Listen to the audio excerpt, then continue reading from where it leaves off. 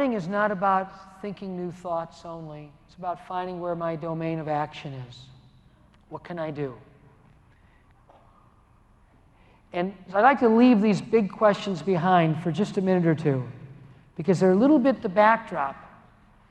I feel that when we have a lot of us together in one place, as we do here, it really is a kind of obligation. And I apologize, because I know it often affects people emotionally.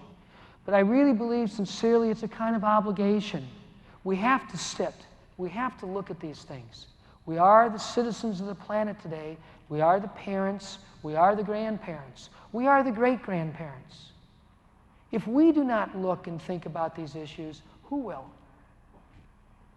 Okay?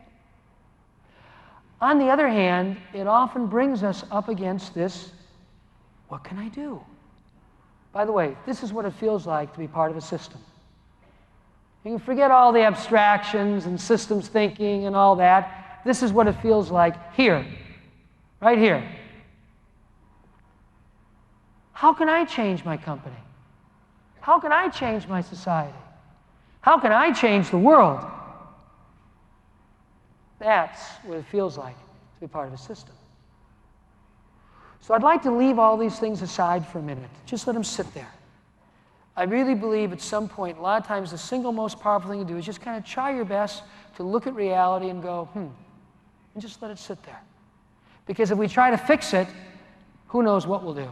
We'll become an avid environmentalist and we'll go out and fight with the business people. You know, growth is bad, you've got to stop growth. And I'll guarantee you exactly what business people will do.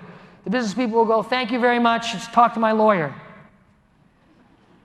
Because a business person can't run a business if it doesn't grow.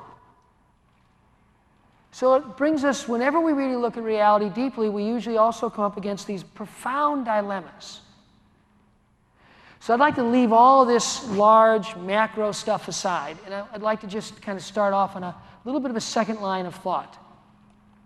And who knows, maybe the two will even connect. I hope they do. There are two aspects of the industrial age, the industrial culture, that we need to consider. We are products of an age, each and every one of us, even beyond being Chinese and Americans, Taiwanese and you know, someone who lives in Massachusetts, beyond all these things. We are citizens of the industrial age, our common culture. But there's more to the industrial age than just these large macro developments. There's more to the industrial age than the waste and the CO2 and so on. There's another level of the industrial age that's really worth thinking about. All cultures, at some very basic level, play the same function. Cultures teach us about reality. Cultures shape what we see.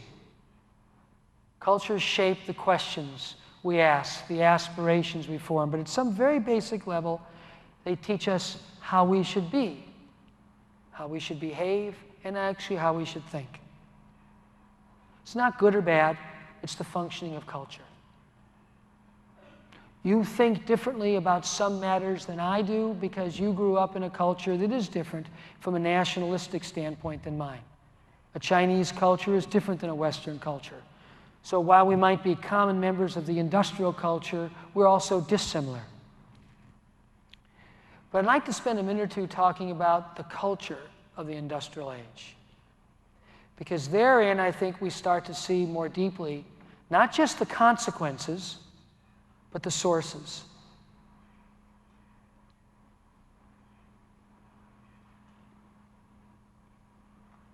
The easiest way to do this is to consider the most important institution in our society.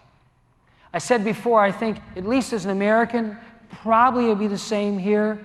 Business is probably the most powerful institution, but it's not the most important.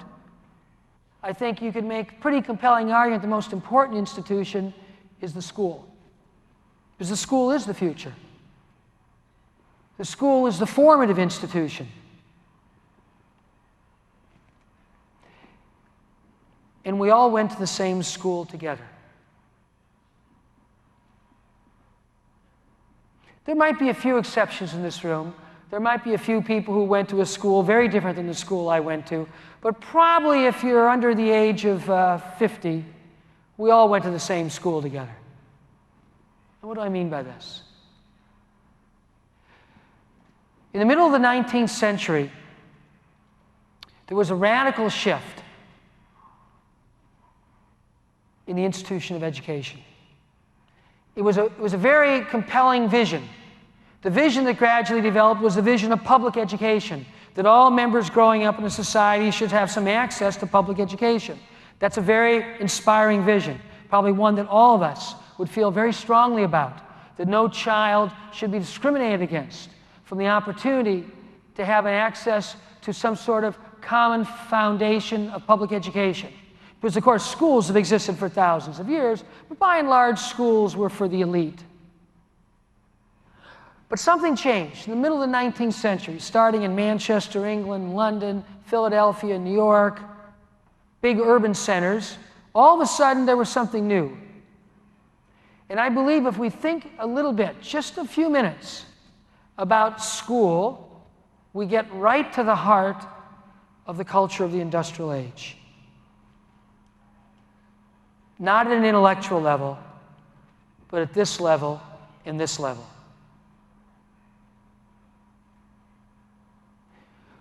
When you think about the word school, what are some of the emotions that come to your mind? Maybe I should even try the word test. How about the word mistake?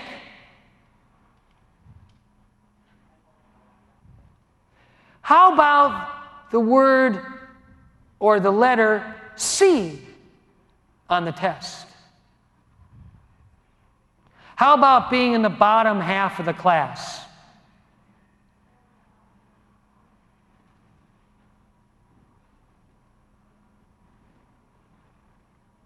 Many, many years ago, I remember hearing an educator give a talk. And you know how you hear things in your life and maybe a little seed goes in the back of your mind, and years later, suddenly you realize what it means. This woman said, we have no idea the trauma the young child suffers at school. I'll never forget that statement. I didn't know what she meant. I mean, I kind of like school. I mean, probably like a lot of us, it was a challenge, and I was pretty successful, I imagine like a large percentage of the people in this room. We have no idea the trauma the young child suffers at school.